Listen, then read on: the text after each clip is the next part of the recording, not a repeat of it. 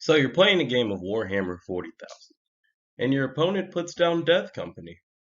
If you're on the board, you're in danger because they have an outrageous threat range. I'm a tabletop hobbyist, and today we're going to be talking about threat range and how we can react to it. So, what is threat range? Threat range is the maximum range a unit can have an effect on you. This includes both its movement and its shooting profile. For this Viking example, let's say it has a 12-inch movement and a 24-inch range Melta. That's a 36-inch threat range, and it's a very fast-moving target, so it can move around the board very quickly. Threat ranges can be limited by terrain because obscuring terrain stops sight from being able to be drawn from one side to another, and making sure that you always consider your threat ranges will always help yield better results. So how do we measure threat range? It's actually really simple. The maximum move plus the maximum range of whatever phase is relevant.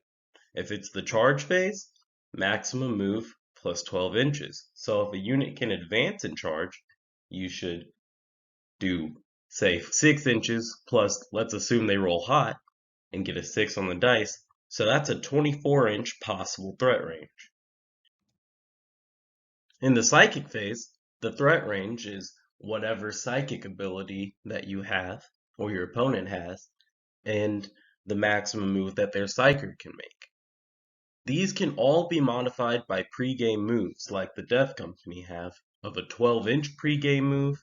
World Eaters have a 9-inch pregame move, but the best way to measure a threat range is to ask your opponent. Now that we have this information, what do we do with it? Well, one, we deploy smarter. We wait until our opponent puts down things with a larger threat range, and then we deploy behind obscuring terrain. While that does sound simple, knowing threat ranges means that you can deploy safely and not have to worry about getting shot if you happened to poke out just a little bit because you're outside of your opponent's threat range. Also, knowing threat range allows you to predict the movement of threats. So, with the bikes earlier, and they have a 12-inch move, we know that we can go, hey, they're probably going to move 12 inches either there or there. Lets you know what your opponent's going to do. It also allows you to move your high-value targets into better positions for future turns.